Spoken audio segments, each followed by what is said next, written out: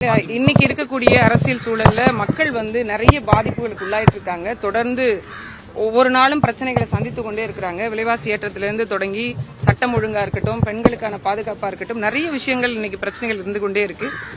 அந்த விடயங்கள்ல இருந்து மக்கள் ஒரு பெரிய ஏமாற்று நிலைக்கு தள்ளப்பட்டிருந்தாங்க. ஒரு மாற்றம் வராதான் விரும்புறாங்க. இந்த வரக்கூடிய தேர்தல் அதுக்கான பரிசு தரும்.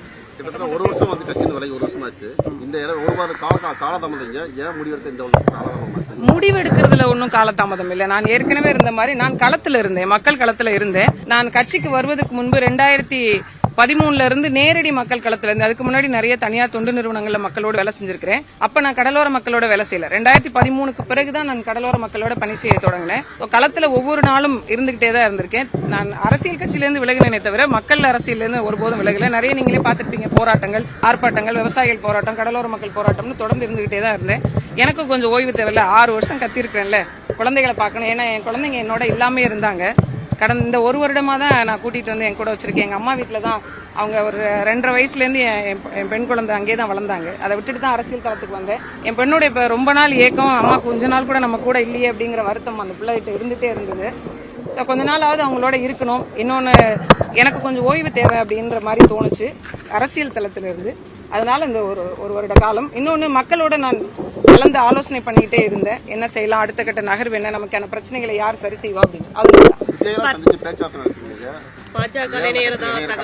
எல்லா கட்சிகளும் சொல்லப்பட்டது. இன்னைக்கு நானே அதுக்கான தீர்வை சொல்லிட்டேன். வேற என்ன மாற்றிக்கலாம்? வரக்கூடிய சட்டமன்ற தேர்தலில் போட்டு அது கட்சியினுடைய தலைமை முடிவு செய்யும். எங்களுக்கான பங்கேற்பை கேட்டிருக்கோம். எங்களுக்கான பிரச்சனைகளை இதெல்லாம் இருக்கு அப்படின்றத சொல்லியிருக்கிறோம்.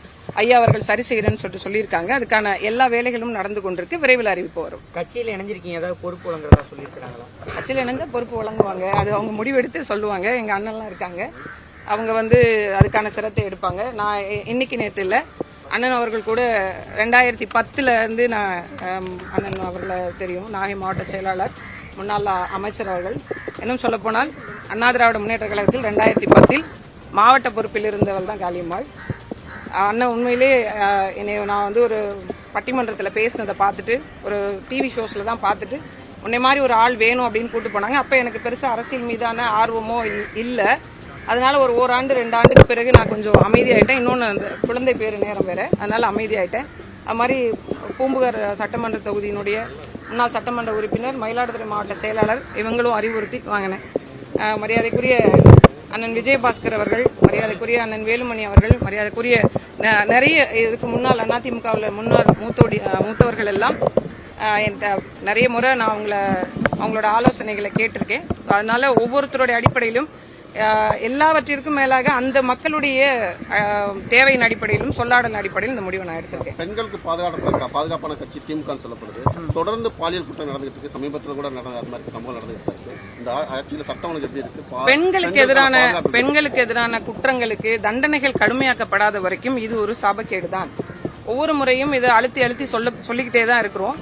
ஒரு வழக்கு, ஒரு குற்றம் சம்பவம் நடக்குது அப்படின்னா அதை தீர விசாரிச்சு உடனடியாக சில எண்ணெய் நாடுகளில் நீங்க பார்க்கும்போது பார்த்திருப்பீங்க, அந்த இடத்துலயே நாங்க மரண தண்டனை கூட நாங்க சொல்லல. ஆனா தண்டனைகள் கடுமையாக்கப்படணும். மீண்டும் அந்த தவறை செய்வதற்கு அவங்களுக்கு ஒரு பயம் வரணும். ஏற்கனவே இருக்கக்கூடிய சட்டங்களை நிகழ்த்தி கொண்டே இருக்கும்போது ஏன் மறுபடியும் இந்த துணிச்சல் வருது அப்படிங்கிற கேள்வி இருக்கு இல்லையா?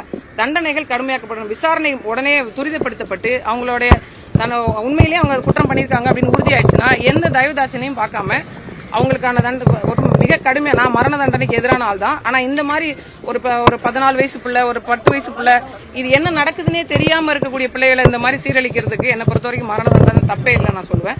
அந்த மாதிரி தண்டனைகள் கடுமையாக்கப்பட்டா பெண்களுக்கு எதிரான குற்றங்கள் குறையும் அப்படின்னு